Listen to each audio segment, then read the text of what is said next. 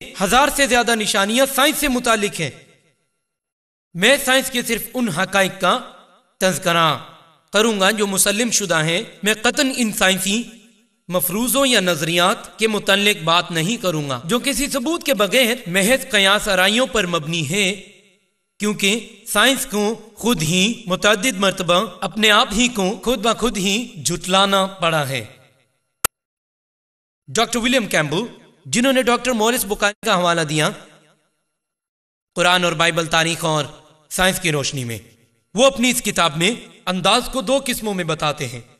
ایک ہے مطابقت والا، جس سے انسان کسی آسمانی کتاب اور سائنس کے درمیان موافقت ثابت کرنے کی کوشش کرتا ہے، اور جبکہ دوسرا اندازہ ہے ٹکراؤ والا، جس میں انسان مساوی کتاب کے درمیان ٹکراؤ ثابت کرنے کی کوشش کرتا ہے۔ ڈاکٹر کیمبل نے یہ فرض نبھایا، لیکن جہاں تک قرآن مجید کا تعلق ہے، اس سے ہٹ کر کہ کوئی شخص موافقت کی راہ اپناتا ہے یا پھر تصادم کا راستہ، اگر آپ منطق پر کار فرما ہیں تو ایک برحق منطقی وضاحت دینے کے بعد کوئی ایک بھی شخص قرآن کی کسی ایک آیت کو بھی جدید سائنس کے ساتھ متصادم ثابت نہیں کر سکتا ہے۔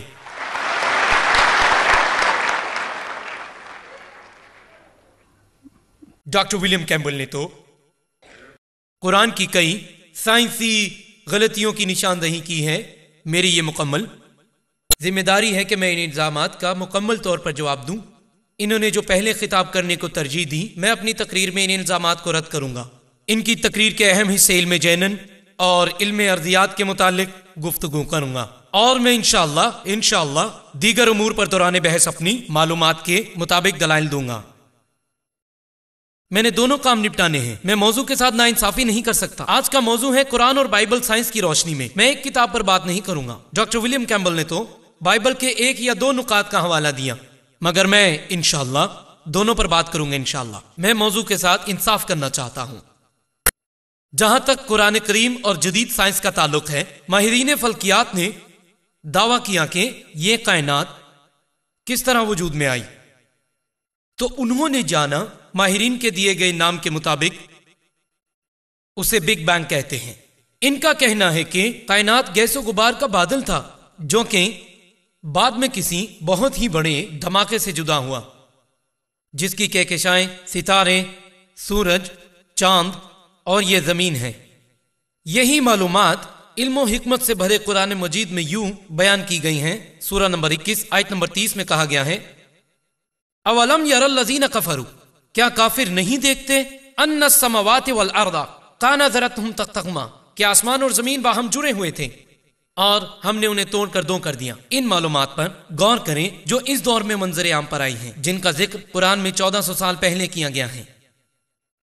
جب میں اسکول میں تھا تو میں نے پڑھا کہ سورج زمین کے حوالے سے ساکن ہے، زمین اور چاند اپنے محور کے گرد گردش کرتے ہیں مگر سورج ساکن ہے۔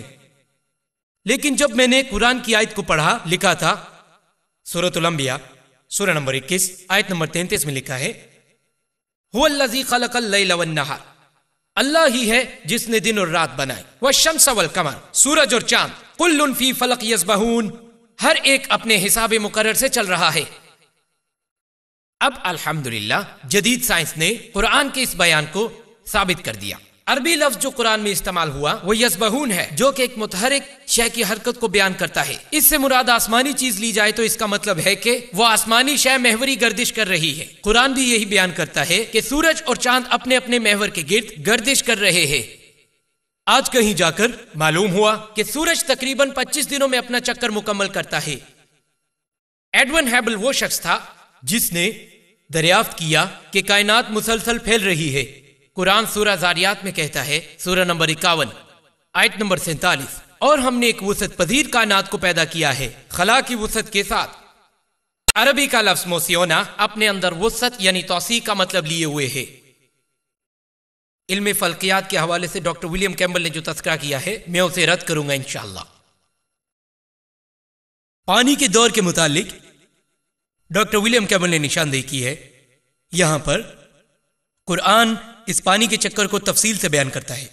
ڈاکٹر کیمبل نے تو صرف 4 عوامل بیان کیے ہیں. انہوں نے 4A اور 4B پیش کیا ہیں، جبکہ 4B کی سلائیڈ بھی نہیں دکھائے گی، نہ جانے کیوں. اس میں ذکر ہے ٹرپلینیشن کا، پانی کے جدول کا. شاید وہ بھول گئے ہیں اس لیے کہ بائبل میں اس کا ذکر نہیں ہے. ان کا کہنا ہے قرآن میں ایک بھی آیت ایسی نہیں جس میں بخارات کا ذکر ہو. قرآن کہتا ہے سورہ طارق میں سورہ نمبر 86 آیت نمبر 11، وجہ السما، آسمان کے پلٹنے کی صلاحیت کے ذریعے. تقریباً سبھی مفسرین نے کہا ہے کہ وہ کہتے ہیں یہ آیت جو کہ سورہ طارق کی سورہ 86 آیت نمبر 11 میں ہے، یعنی کہ آسمان کو پلٹنے کی صلاحیت بارش کا باعث بنتی ہے. بخارات ہی تو ہے. ڈاکٹر ولیم کیمبل جو عربی جانتے ہیں کہہ سکتے ہیں کہ اللہ سبحانہ و تعالیٰ نے اس کا ذکر کیوں نہیں کیا. وَالسَّمَاءِ ذَاتِ الْمَطَرِ کا مطلب ہے آسمان کو پلٹانے کی صلاحیت بارش کا باعث بنتی ہے. اللہ نے اس کا ذکر کیوں نہیں کیا؟ آئیے اب دیکھتے ہیں اللہ نے اپنی اس مسئلے کا ذکر کیوں نہیں کیا. کیونکہ اب ہمیں پتہ چل چکا ہے کہ زمین کے گرد اوزون کی تہ بارش کے لوٹانے کے علاوہ کافی کچھ فائدہ مند مادے اور توانائی بھی بارش کے ساتھ مل کر زمین کی طرف واپس آتے ہیں، جن سب کی دنیا میں رہنے والے انسانوں کو ضرورت ہے. بارش ہی زمین کی طرف نہیں آتی. آج ہمیں معلوم ہوتا ہے یہاں تک کہ وہ ساری لہریں جو ٹیلی فون کے نظام کو اور ٹیلی ویژن کو، ریڈیو کو چلاتی ہیں، جس سے ہم ٹی وی دیکھتے ہیں، ہم رابطہ کرتے ہیں، ہم ریڈیو سنتے ہیں، اور اس کے علاوہ یہی طے بیرونی خلا کی نقصان دہ شعاؤں کو پلٹاتی ہیں اور جذب بھی کرتی ہیں. مثال کے طور پر سورج کی روشنی. سورج کی روشنی کی الٹرا وائلٹ شعاعیں آئنوسفیئر میں جذب ہو جاتی ہے. اگر ایسا نہیں ہوتا تو کرۂ ارض پر زمین کا وجود ختم ہو جاتا. یہی وجہ ہے کہ اللہ سبحانہ و تعالی جو سچ پر مبنی ہے فرماتا ہے وجہ السما، آسمان کے پلٹنے کی صلاحیت کے ذریعے. اور باقی چیزوں کا میں ذکر کروں گا جو قرآن میں ہے. ان کے لیے آپ میری سیریز دیکھ سکتے ہیں. قرآن نے پانی کے دور کو بڑی وضاحت سے بیان کیا ہے.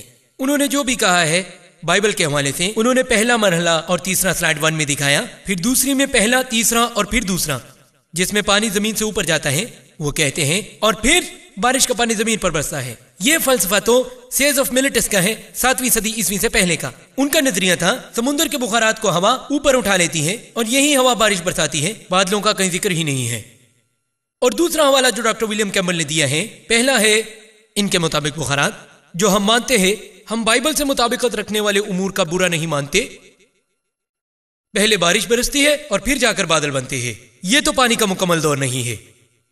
الحمدللہ قرآن نے بڑی تفصیل سے پانی کے دور کے بارے میں بتایا ہے کئی مقامات پر. یعنی پانی کس طرح اوپر اٹھتا ہے، بادل کیسے بنتے ہیں، بادل آپس میں کیسے جڑتے ہیں، گرج چمک ہوتی ہے، اور پھر اس طرح سے پانی برستا ہے، بادل کس طرح حرکت کرتے ہیں، بارش کی صورت میں برستے ہیں. بخارات کا جدول بیان کر دیا ہے اور الحمدللہ تفصیل کے ساتھ. قرآن میں پانی کے اس دور کا ذکر تفصیل سے کیا گیا ہے کئی مقامات پر. سورہ نور میں سورہ نمبر 24 آیت نمبر 43، سورہ روم میں سورہ نمبر 30 آیت نمبر 48، اور سورہ الزمر میں سورہ نمبر 39 آیت نمبر 21، سورہ مومنون سورہ نمبر 23 آیت نمبر 18، سورہ روم سورہ نمبر 30 آیت نمبر 24، سورۃ الحجر سورہ 15 آیت نمبر 22، سورۃ الاعراف سورہ نمبر 7 آیت نمبر 57، اور سورۃ الرعد سورہ نمبر 13 آیت نمبر 17، سورۃ الفرقان سورہ 25 آیت نمبر 48 تا 49۔